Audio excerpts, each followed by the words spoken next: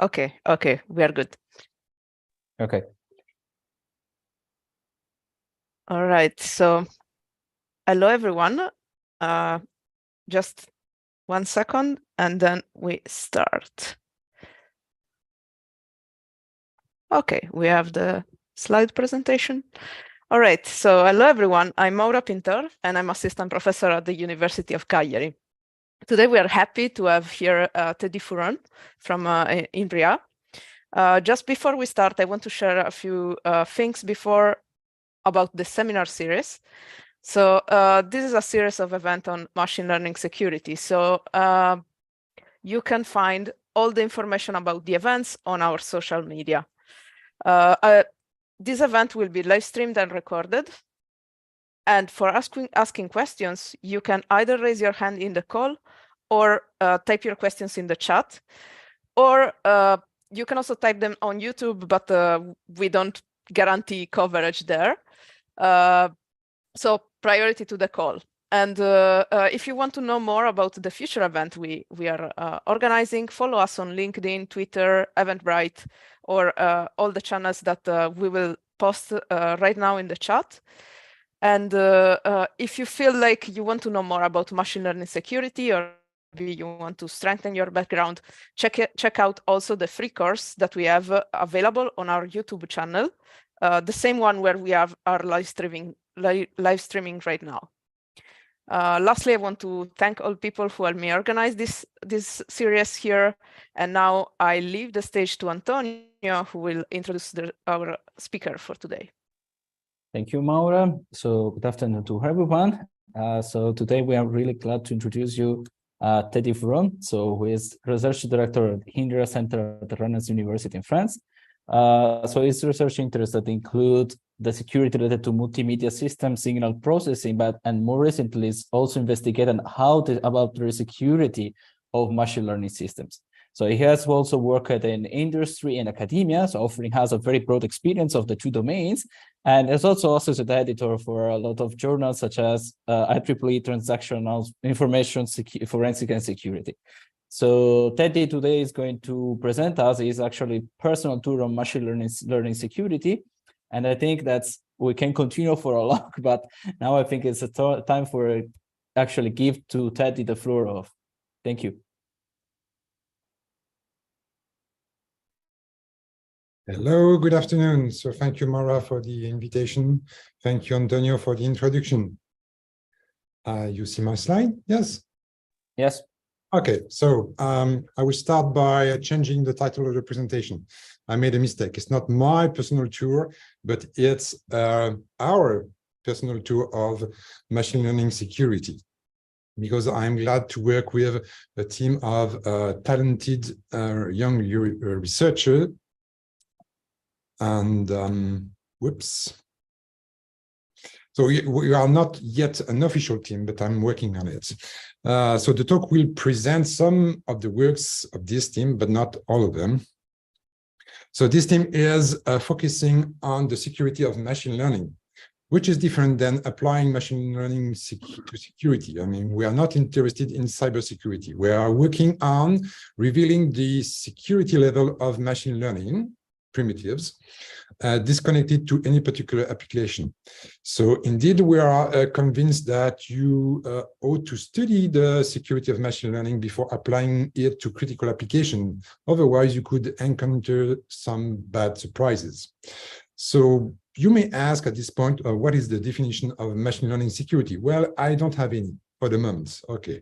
For sure, we are dealing with some data because we are doing machine learning. For sure, we are assuming the existence of an attacker because we are doing security, but this doesn't make a definition.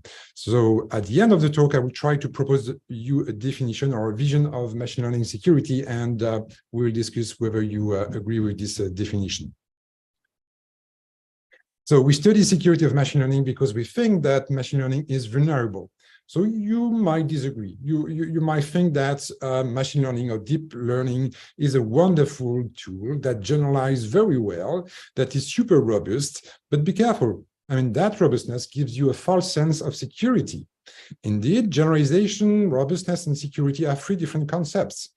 Generalization is the ability of a model to operate as expected over unseen data, whereas robustness is its ability to operate as expected over noisy data. I mean, data that are not distributed like the training data.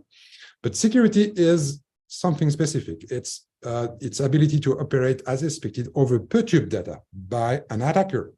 So the difference between robustness and security is that there is an attacker willing, so there is the intention to dilute the system, but there is also the fact that the attacker is looking for some very efficient methods to dilute the system that we call attacks. So I will illustrate our work with the ImageNet classification task that I think everybody knows. Okay, you know that there has been a revolution starting in 2012 with AlexNet, and some people say that AlexNet is the climax of artificial intelligence. Okay, why not? So here is an example, false sense of security. How bad can it be? So here is an image of which is not seen during the training of the model EfficientNet B0. This model is able to see a nail in this image, whereas the nail is a very small object in the picture. So this illustrates generalization. And then what we did is that we had some noise on the image. We gradually increased the noise power until the model no longer sees the nail. And this is the turning point. You see that with slightly less noise, the model was able to recover the nail, and now is wrong. And we did the same with the JPEG compression. We compress again and again and again the image until the model no longer sees the nail. And this illustrates the impressive robustness of this model. In contrast to security attacks that produces images which are very similar or perceptually identical to the original image. So I can show you different images. So basically, whatever the definition of distortion here, you have to notice that in order to dilute the system, you need tens of distortions, whereas with a black box attack, you need units of distortions, and whereas with a white box attack, you need decimals of distortions. So instead of showing you some visual illustration, I can also plot some statistics made over hundreds of images. So here we see the accuracy of the model with respect to the distortion. So when the distortion is set to 0, we see that the accuracy is above 80%, which illustrates the very good generalization of this model. And then we see that this accuracy is smoothly decreasing with the distortion for JPEG and noise addition, whereas the accuracy is dropping with security attacks like the black box attack or the white box attacks. So this illustrates the security or the lack of security, and that robustness is not equal to security. So first, I would like to present you some work on robustness. So work did by Karim Tit. So the problem is we start with an image which is well classified. Okay, and then we say, maybe we have some random uncertainties on the pixels. And due to this uncertainty, maybe the model will get wrong. So the problem of certification is starting with an original image which is well classified. Okay, so we see that the argmax of the probits is equal to the class panda. We define an input regions. So we consider all the images which are in the neighborhood of this original image. So usually it's the L infinite ball of radius epsilon. And we define also an output region. So this is the region of the probit vectors which are classified as panda. And then we say, when we scan these input regions, do we stay within the output region? So basically, we would like to have the image of the input regions through the model. So if this image is included in the output regions, then it means that there is no adversarial examples in this ball. So we certified the model for this pointwise example. And if it's not the case, it means that somewhere in this ball, there are some adversarial examples. So we will not certify the model. So the community of formal proof methods apply their usual tools to neural network. So they indeed compute the image of the input regions step by step. So we first start with a linear transformation. So basically, it amounts to have a kind of generalized rotation of the input domain. And then we apply the activation function, which is not linear. Here it's the ReLU, which amounts to clipped the negative activations. And then we go through the second linear transformation and so on and so forth. So the problem here is that we started with a polytope which has 4 facets.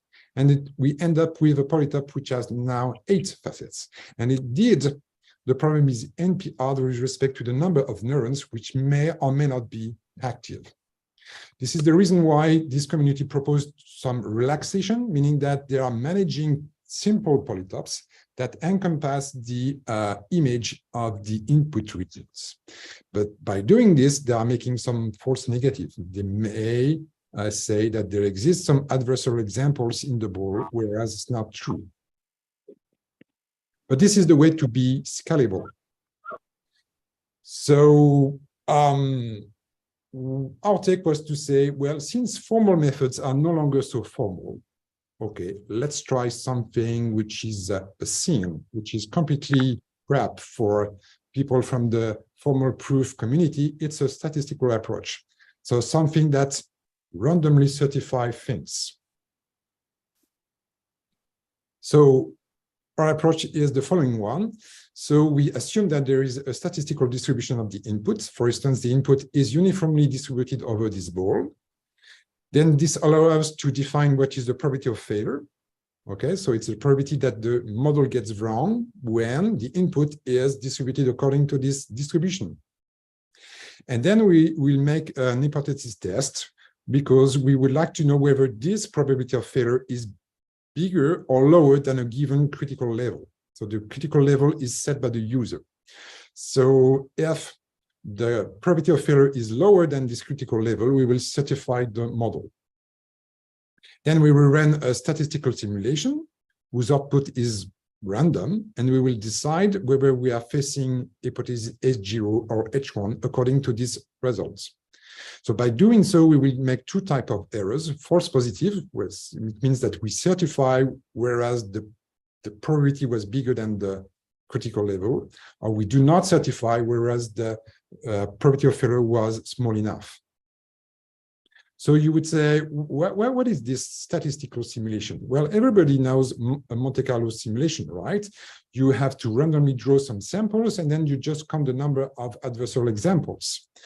The good thing is that you can sample according to whatever distribution. So you're not stick to this uniform distribution over the L-infinite norm.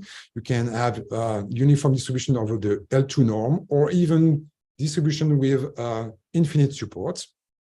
But the problem with the Monte Carlo simulation is that the number of samples you need is in the order of 1 over PC. So if PC is super small, you need a super large number of samples.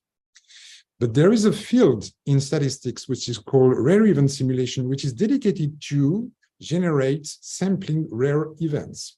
So we get inspired from one of these algorithms, which is called the last particle algorithm, invented in 2011 by Guyader and al.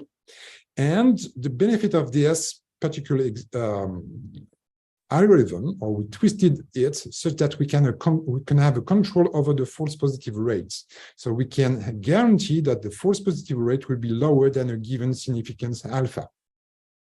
And the super good thing is that the complexity of this simulation is in the order of the log of 1 over PC. And the log here is changing everything. So basically, we will craft a kind of scores. A score is defined as difference between the probabilities of the ground truth with respect to the maximum of over all the classes.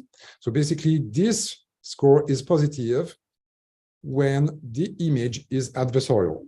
And this score is negative when the image is well classified. So this quantity basically tells you how close the uncertainties are to dilute the classifier. And then we applied the last particle algorithm.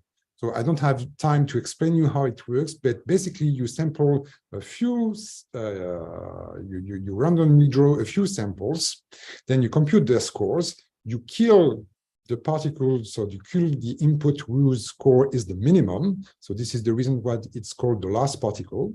And then you refresh it, you resample it, and you do this again and again and again, n times, where m is a function of the critical level PC and the significance alpha.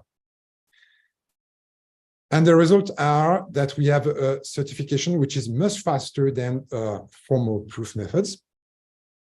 And indeed, formal proof methods on some configurations, so here I'm speaking about the AK6U classification problem. So time to time, the formal proof will certify or not certify, depending on the configuration here of those two aircraft. But also sometimes it says, oh no, the configuration is too complex, I cannot take any decision. I mean, you have to know that formal proof is not always taking a decision. Sometimes it just gives up. Or sometimes it's even worse. It says, well, I can manage this configuration. And indeed, you are waiting over and over and over, and nothing happens. Whereas with our last particle algorithm, we always certify or not certify. We always take a decision. And sometimes we disagree with the formal proof methods for two reasons. So one reason is that we have a false positive rate, which is not zero, but we are sure that it's lower than alpha. So here alpha was set to 5%. But the second reason is that we have also a different definition of certification. Here, for example, we have cases where the probability of failure was lower than this critical level, but it was not exactly zero. Therefore, the formal proof says, no, no, no, there exist adversarial examples. But we say, yes, they exist, but the probability that you encounter them is so small that we can certify the model. And one big advantage of our method is that you can apply it on very complex classification problem with huge inputs, like images, and with huge deep neural network. So for instance, here we are able to certify with a critical level of 10 to the power minus 15 with only 1,500 calls to the deep neural network. Well, I think I will skip that slide. Okay, the second part is about security, is about adversarial examples. So first I will try to tell you what is our point of view about adversarial examples, which may differ from the literature. So first we consider what is the optimal adversarial examples. So the optimal adversarial examples is the image, the closest image from this original image here is the closest image which is not classified as a panda. And we say that the goal of the attacker is not to craft an image which is not classified as a panda. No, no, is to find the image which is the closest to this optimal adversarial example. So the attacker has to design an algorithm, and then the output of this algorithm depends on the original image and also the neural network that you try to dilute. And also the parameters of the attack. I mean, all the attack I know came with a set of parameters. And it's kind of very easy to pretend that that attack is not working. I mean, you just have to pick some parameters which are completely useless, okay? So in the literature, we are kind of critical about this. I mean, some people pick parameters that do not make sense. Therefore, they can pretend that this over attack, I mean, is not very good. Or on the opposite, they pick up parameters which are cherry-picked, such that their attack is super good. So the tuning of those parameters is indeed a problem in order to compare attacks.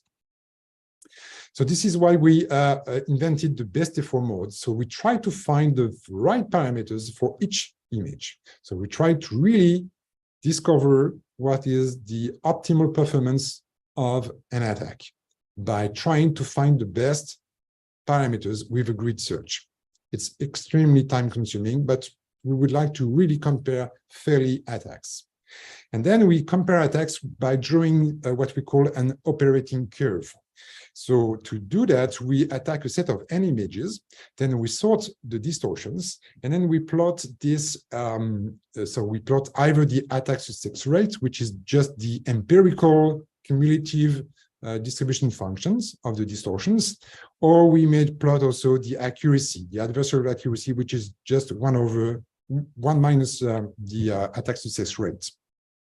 And indeed, I have already shown you such operating curve. And if you zoom here, you will see that those plots here are indeed piecewise constant functions, because this is the way we compute this. And by the way, here the distortion is measured with the Euclidean norm of the perturbation. Now, with the best effort mode and the operating curve, now we can compare fairly attacks. And indeed, what we saw is that there is not so much differences between attacks as soon as you fairly compare them. But the problem is that in order to draw these comparisons, you need a lot of GPU power because of the best effort mode. This is why we think that the problem indeed is to design attacks such that first they are successful. I mean, anytime they give you an adversarial example with the lowest distortion as possible, design with very few parameters so that everybody can use your attack fairly, and an attack which is extremely fast. And this comes to my explanation about our white box attack, which is called BP. So BP is an attack where there is just one parameter, which is the number of iteration. So the number of gradients we compute.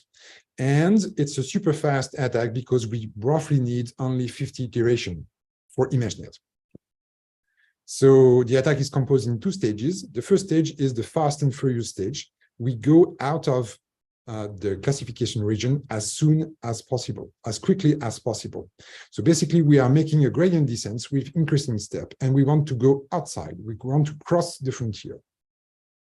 Then the stage 2 starts, which is the nice and gentle stage. And we try then to lower the distortions with a given mechanism I will not explain, but it's a mechanism which is inspired by the statistical reliability literature. Indeed, finding the point in a surface which is the closest to an anchor point is a very old problem. It's a problem that has been studied in the 70s, and one very well-known method is the Azoffer-Lind-Rackwiss-Fissler method, which dates back from the 70s.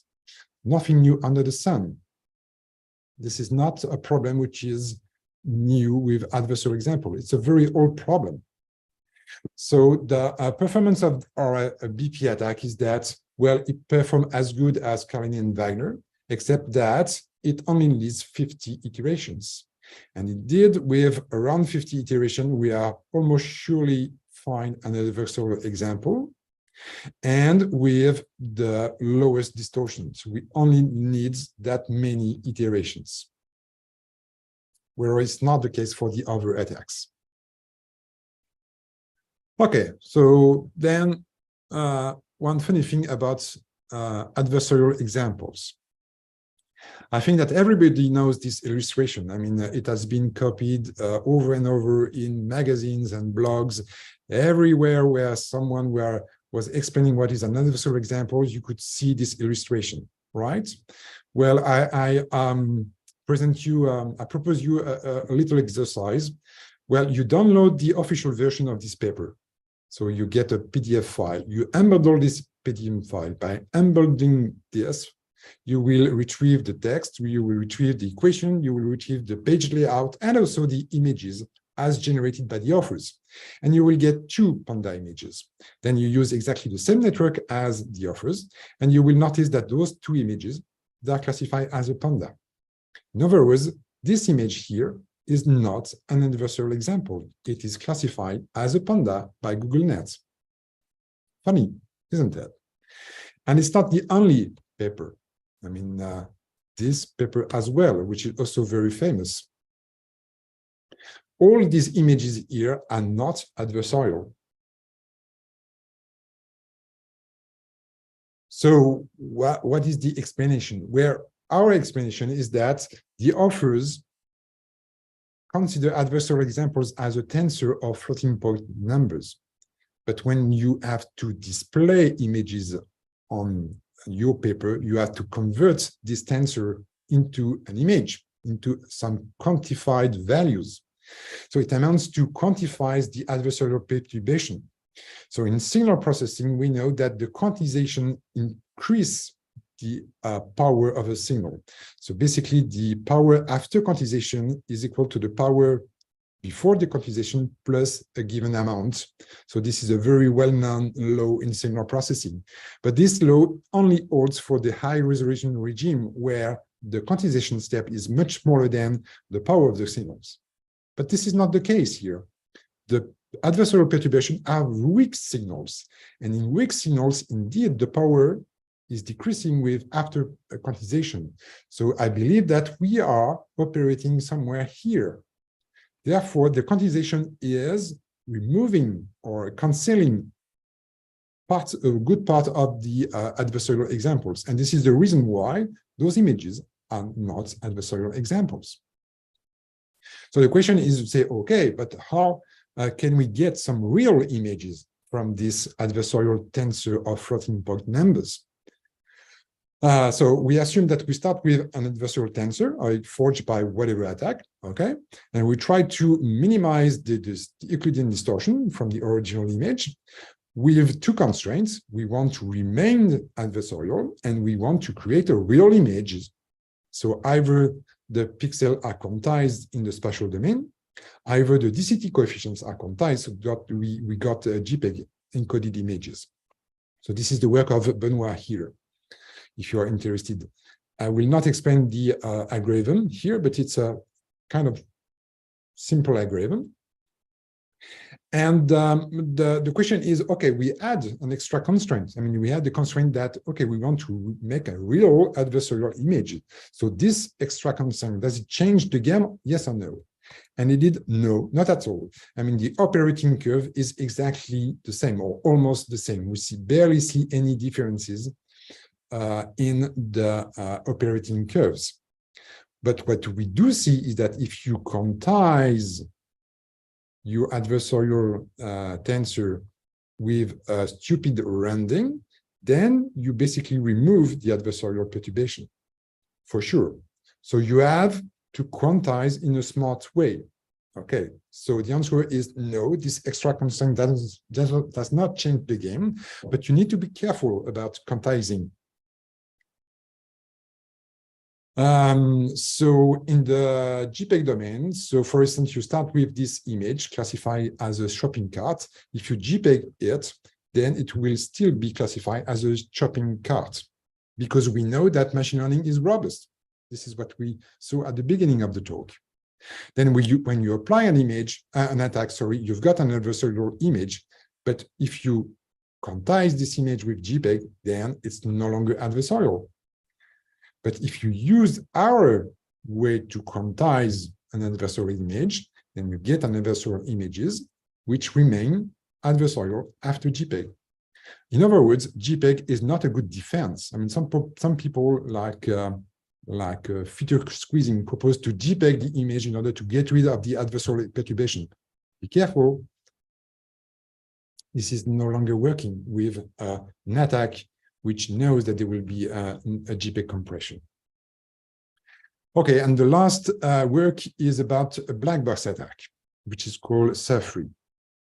So a black box attack, you are facing a black box model, a model which is in black box. And you know that if you had a small perturbation here, then you will have exactly the same output, the same predicted classes. Okay, so how can you craft an adversarial images in this setup? When there is a very nice way to do this, is that you start with an image which is classified as a panda, the original image, and then you know at least one image which is not classified as a panda. And then you know that if you draw a line in between the two, then at some point you will cross the frontier. And you can find this point with a line search, sorry. Okay, so you reduce a little bit the distortion. But you have also a point which is super sensitive. Whatever micro perturbation will put the image inside or outside the region. And thanks to this result here, you can estimate the gradient of the functions at this precise sensitive point. And when you have the gradients, you can pretend that the frontier is just an upper plane, at least locally, and then you will project the original image on this upper plane, and then you will jump, you make a small jump towards this direction, because you know that this approximation holds only locally.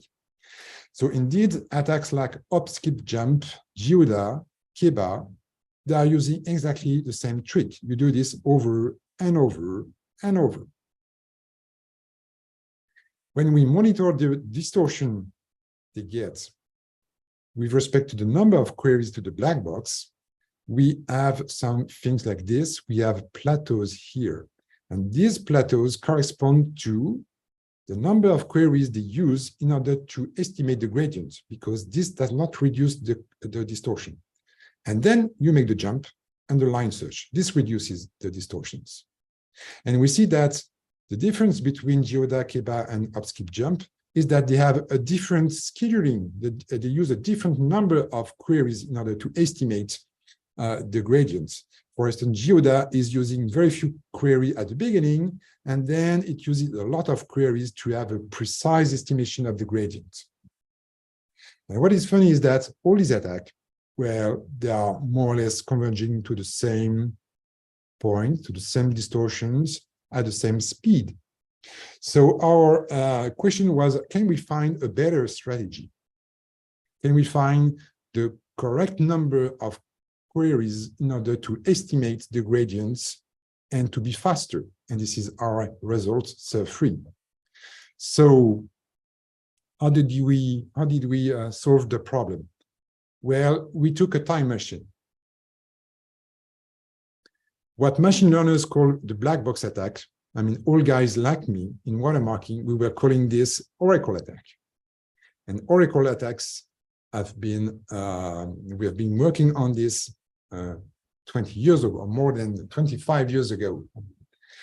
And I was clearly witnessing that people in machine learning, they were just rediscovering what we did before.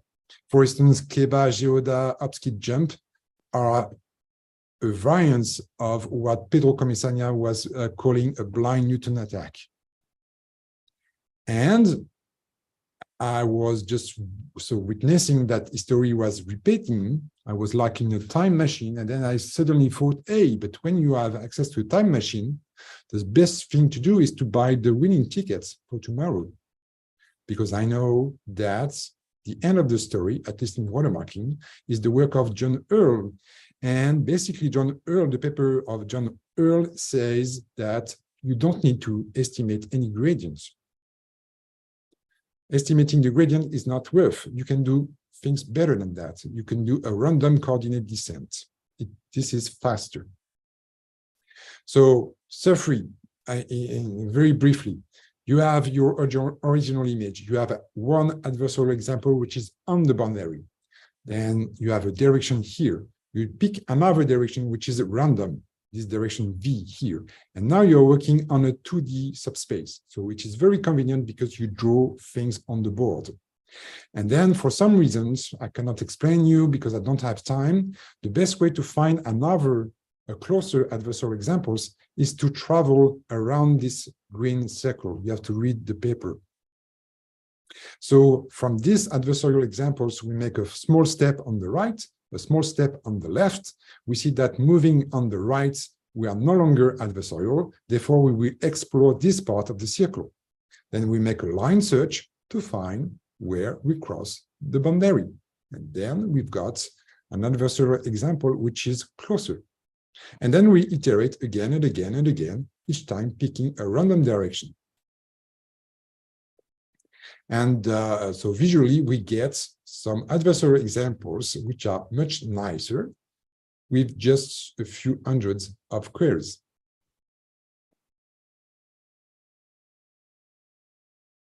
So, okay, so nowadays, what we are doing with adversarial examples, we are revisiting transferable attacks.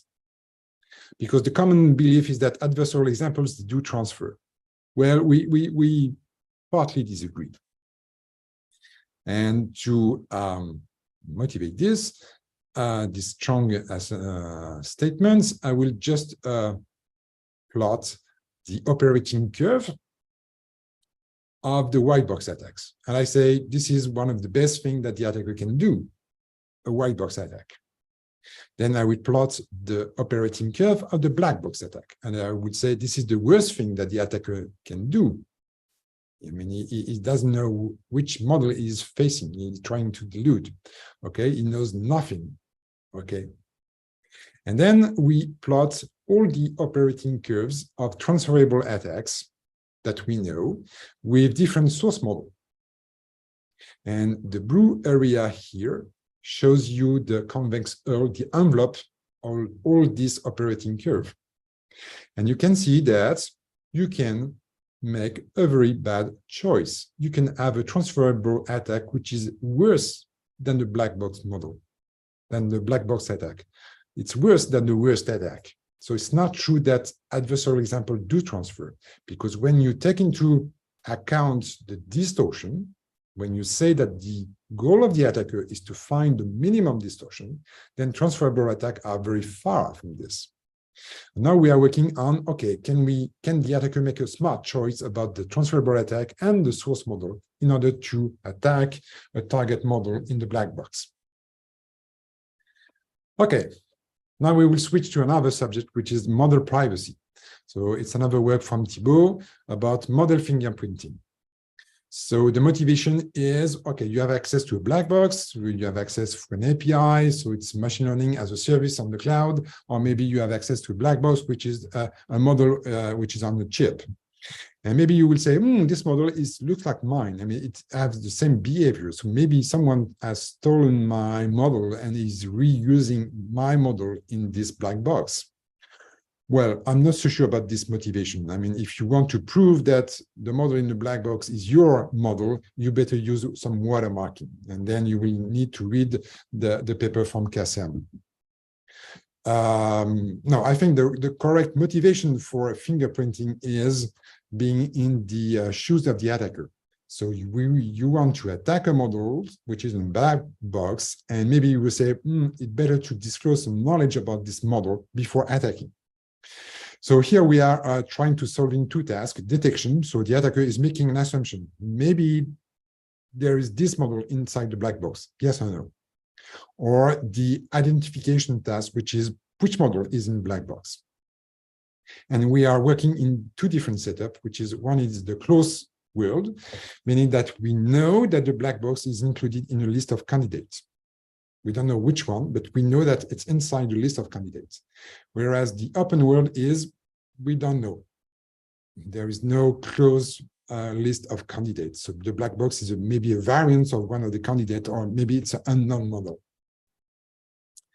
So the experimental setup is we have a large collection of binning inputs. We don't create adversarial examples or whatever. We just use binning inputs. We suppose that the black box is giving some top K predicted classes, where K can be top 1 or top 3 or top 5. And we have a set of 1,000 models, which are indeed variations of 35 models that we found on the team library, with different parameters. So it's like pruning, quantization of the weight, fine-tuning, random smoothing, and so on.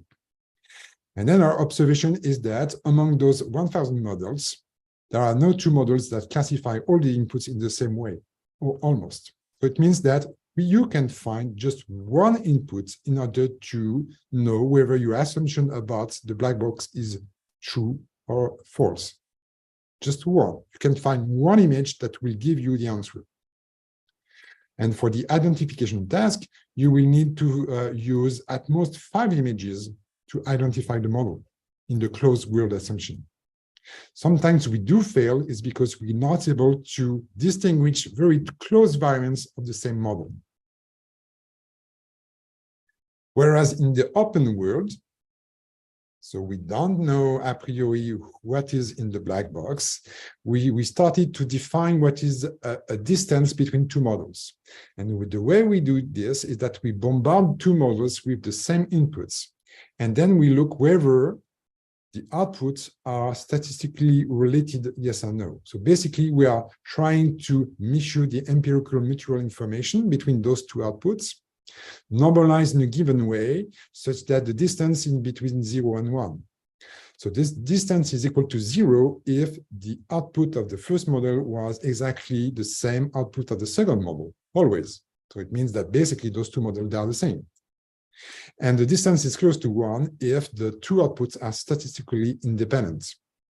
And then what we observe is that when we are comparing two very different models like ResNet and EfficientNet, we have distances close to 1.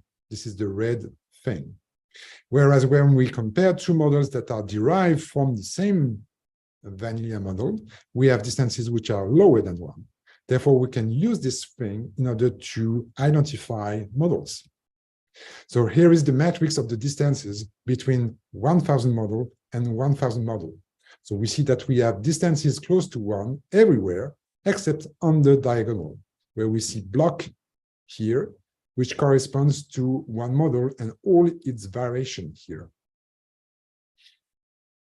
So another way to see this is that we made a T-SNE representation of this distance matrix, and we can clearly see clusters of points. So each one point is a model. And here, for instance, we have all the variation made from ResNet 50. And the clusters are well separated so that we can identify models thanks to this distance. Okay. So yet another subject. It's about watermarking generative models. It's a work from Pierre Fernandez. So the motivation, why should we watermark generative models? Maybe to protect ownership, because those models are very expensive.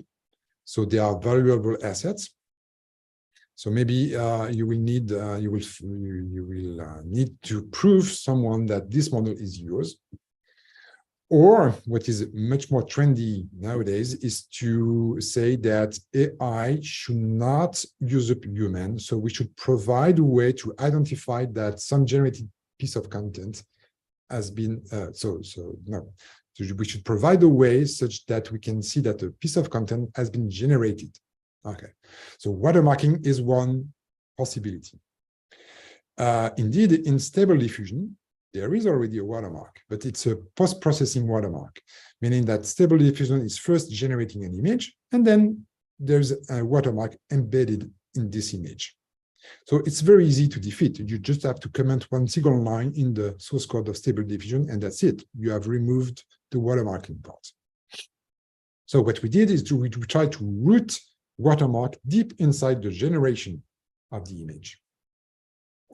So basically, Alice will learn a generative model. And in this generative model, there's a decoder. There's a big neural network that was in charge of translating a latent vector into some images. And this is that part that will be modified in order to watermark images. Then Alice is giving the latent diffusion model on the latent diffusion model, and also this modified decoder. So that now Bob can play with this generative model. So we can generate new images, and those images, they will contain a watermark, such that Alice afterwards can extract the watermark, have an extracted message, compare this message to the message she has been generating before, and then she can say whether this piece of image has been AI generated, or even to identify which user has generated this image. So the way we do this is that we learn, first we will learn a watermarking scheme. So we watermark images. So we learn a watermarking embedder and a watermark decoder. Okay, so basically we try to minimize the loss between the decoded message and the embedded message.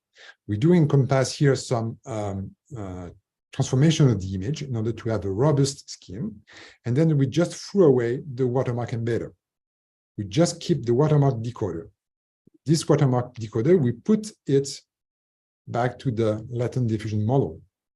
And then we try to fine-tune the decoder of the latent diffusion model such that we tell him, please do generate images which are considered as watermarked by this algorithm, and the output should be that fixed message. And indeed, it's very easy to do so. We need just few thousands of images, and it lasts some minutes to do this. And this will be the decoder that will be sent to Bob, so that any time he's playing around this decoder in order to generate images from text, or to use it for super resolution, or to use it for indenting, or to use it to editing, it recreates watermarked image. So here are the results. Basically, we have quite a good accuracy in identification of the user, even if there are 100,000 users, with a false positive rate of 10 to the minus 6. Even if the image has been generated and then afterwards cropped, or the brightness is changed, or there is a combination of different attacks on the image. So we think that this is dissuasive enough. Okay. Okay, I could skip this. Okay, and then the conclusion. So I promise you to give a definition of machine learning security.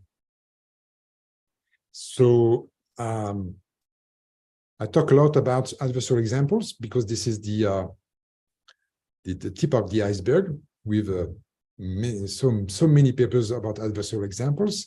But indeed, we have seen that there are many other threats. So how can we encompass all these threats into a single definition? Well, I would say that machine learning is about learning a model from training data and then applying the model to testing data. So that if we want to trust the results, we have to protect the testing data, we have to protect the model, and we have to protect the training data. Okay, so we need to protect three different objects.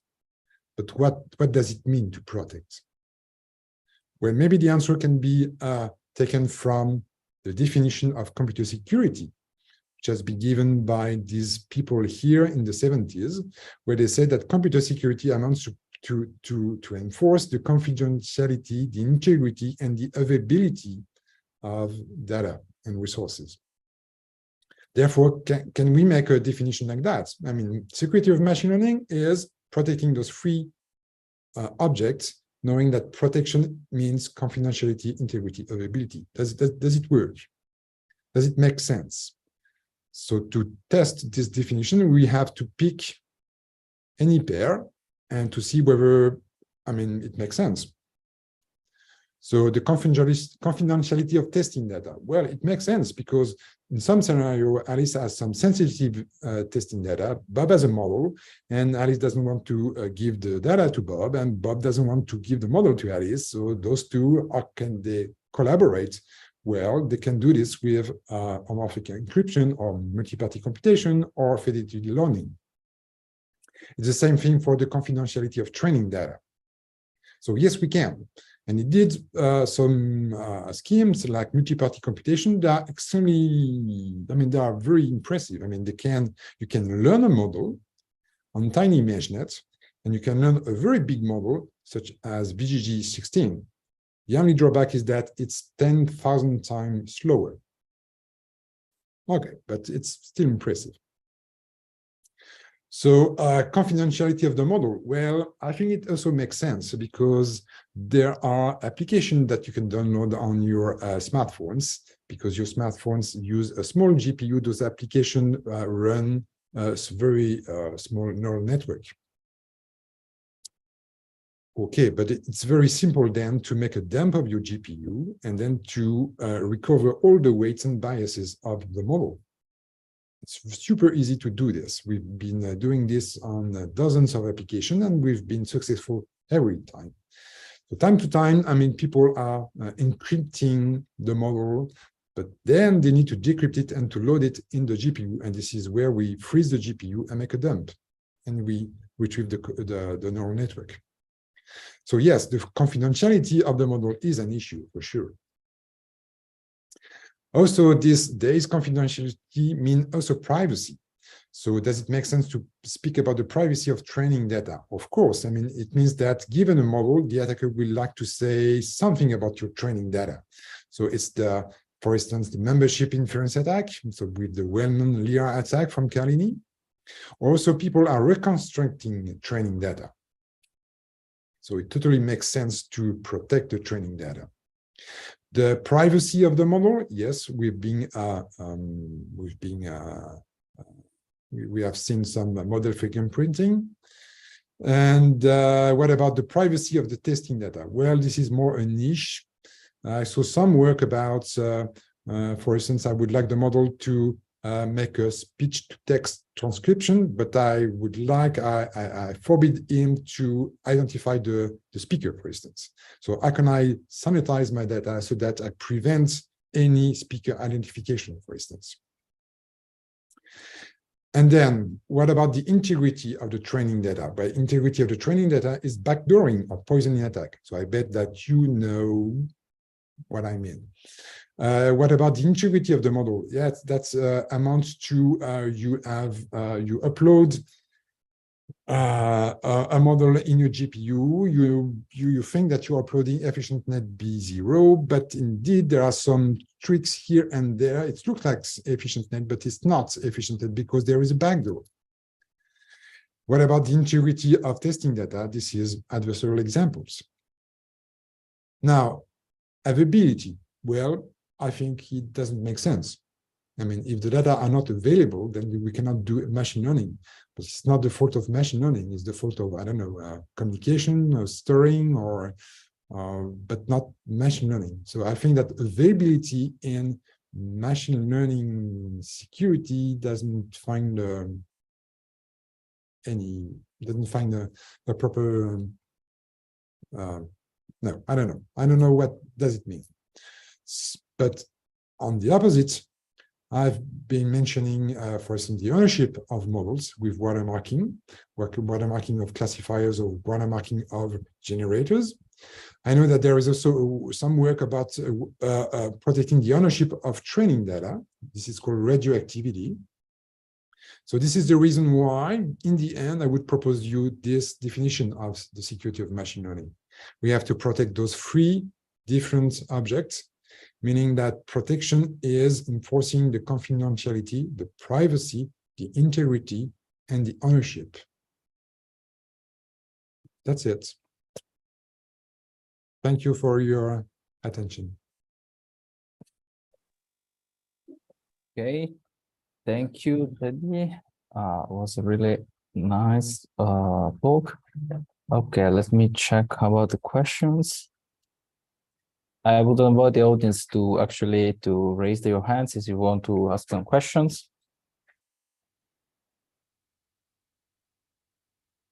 Okay, in the meanwhile, I can start with one since I don't know. Even the chat doesn't have questions. Antonio, So there is a raised hand. Okay, so Ethan, you can go. Thank you everyone. Thanks, Teddy, for this great talk. I have a question more regarding the watermarking part. Are you aware of any work that investigates to which extent we can efficiently watermark a model, say, considering an adversary that would potentially fine-tune a model and hence delete whatever watermarking over there? And is there any discussion regarding to which extent we can efficiently watermark a model without losing utility, for example? So yes, there is a work from some Italian teams, for instance, for watermarking GAN models. And also in our work, we try some kind of serious attack. For instance, we say, okay, we have different watermark in two different models. One is sent to Bob and another to, I don't know, Carla. But maybe those two, they can collude, make a collusion. So they create exactly the same image with the same prompt and the same seed. And they know that those images will be exactly the same, except the watermark symbol. So maybe they can average those two images. Or another thing would be they have exactly the same model, except the last part, the decoding part, where the weights are slightly different. Maybe they can say, okay, let's make an average of these parts. Okay, we average the weights, we average the bias. And then it happens that we can recover who is Carla and who is Bob. But it's only for a collision of two people. But I think it is promising. So I think that for model generating images, it's almost done, I would say. But now the trend is to watermark ChatGPT. And we are working on it, and it's a kind of very difficult. Yeah, it's very difficult because you have to consider attacks. So what is an attack? Okay, so it's paraphrasing, it's modifying some words with synonyms. I don't know. It's very difficult to work on this. And also there is a work from Scott Aronson. He speaks about this in his blog, and he has a presentation where he starts where he proposes a watermarking scheme for ChatGPT. Thank you very much, Denis. His name is Scott Aronson. Okay. Any other questions? In case I have one for you, Teddy. So regarding the watermarks, the watermark technology, so the water methodology that you're presenting, how far is with respect to the classical steganography techniques that have been applied as a post-processing? So how it's different with respect to what you have done? Okay, so I think you're making a confusion between steganography and watermarking. So yeah, I mean, this is my thing. So okay, please. So data hiding, which is the art of hiding messages into content, is split into two different parts: watermarking and steganography. Where watermarking, you hide mean you have to embed very deeply so that nobody can spit out your message. And whereas in steganography, there is no attack. Hide mean there is no statistical trace that there is a message embedded in the content. So this is typically what intelligence services are using to hide communications. Okay, and it's true that if you can generate content, then maybe you can generate content with some hidden information inside. Because somehow generating contents means you are generating more or less, you are using some randomness, and randomness is the key thing to hide messages. Okay, thank you. So I have another. Oh, there is also a raised hand by Ambra. Yeah, that's first Ambra. Hello. Yes, I have a curiosity. First of all, thank you for the great talk. And my curiosity is about the transferability of adversarial example, because basically you said that when considering minimum distance adversarial example, transferability doesn't really work so much. So my question is, in which practical application do you think that an attacker would like to craft a minimum distance adversarial example rather than a maximum confidence adversarial example if he doesn't know, the system that he's targeting? So he should leverage transferability or using black box attack. Okay, so as I said, I'm not very interested in the application. But what I see is that suppose you are taking as a source model a super robust model, and you want to defeat a target model which is very weak. Then of course you will have a super high success rate because you used a super robust model that needs a lot of distortion to be diluted. Therefore, whatever weak model will be diluted as well. The question is this specific robust model is anyhow useful? Because it consumes a lot of distortion. And for a weak model, you could have adversarial examples which are much closer to the original image. So is this a big difference in application? Well, I don't know, but somehow the distortion measures the cost for the attacker. And the attacker would like to minimize the cost, I would say.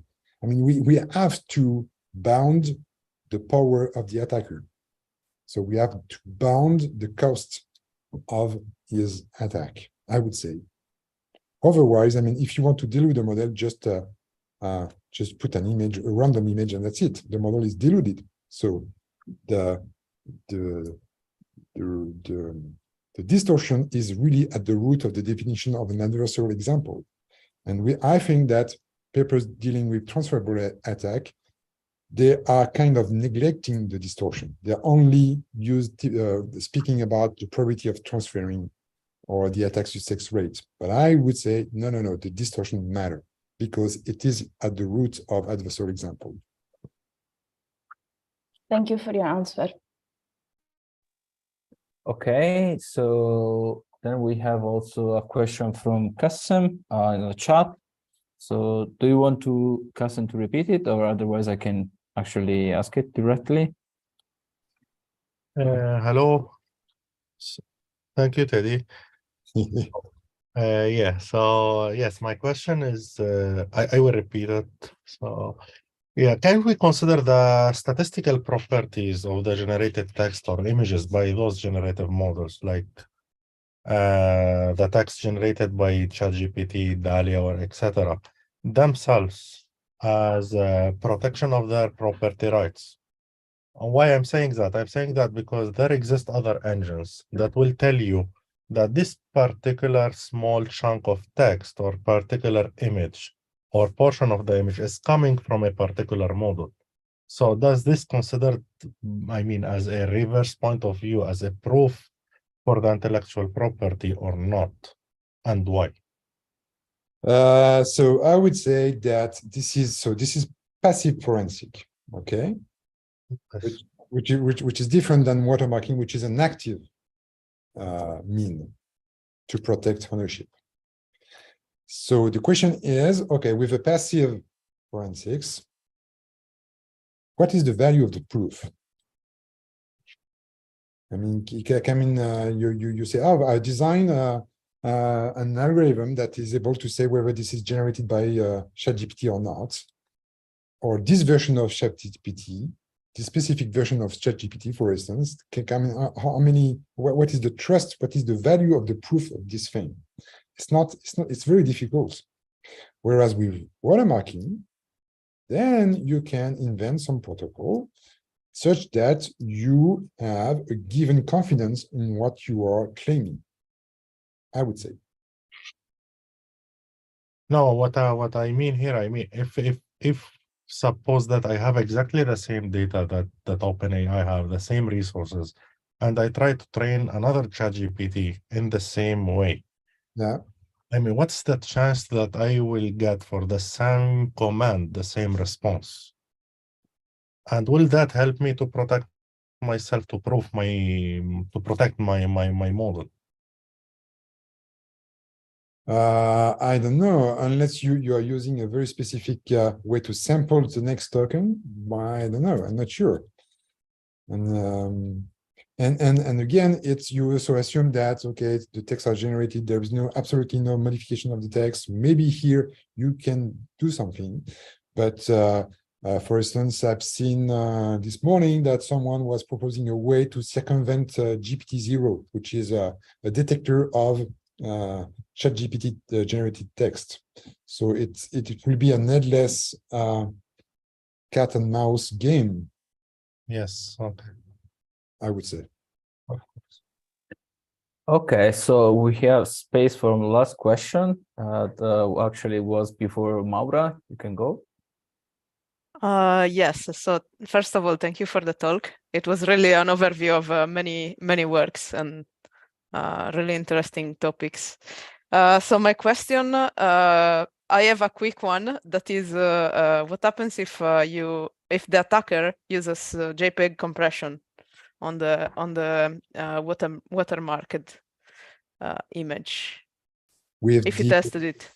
With the watermarking of Stable Diffusion? Yes. I have it. I mean, I don't remember what is the bit accuracy or what is the identification accuracy, but I mean, JPEG compression is not at all harmful attack, for sure. Okay. I mean, cropping is much worse, for instance. And then can they use the adversarial example literature to break the watermark in some ways? Since you're using a machine learning model, maybe this is differentiable, and it's true that the assumption is that only Alice has the detector. Oh, okay. Okay, and therefore, as soon as the detector goes public, then of course you can fine-tune the decoder in order to bypass this thing. Yeah, you're right. Absolutely true. There's an assumption that only Alice kept the decoder. Okay, thank you. Okay, so I think we are over with the questions, so I think we can stop the recording here. We would like to invite the audience to send your private question to Teddy. And yeah, thank you a lot, Teddy, for your really nice talk. Okay, thank you very much. Thank you a lot. Too long. Okay. No, it is fine, and it's a really interesting content. So thank you a lot for the talk, and thank you all for being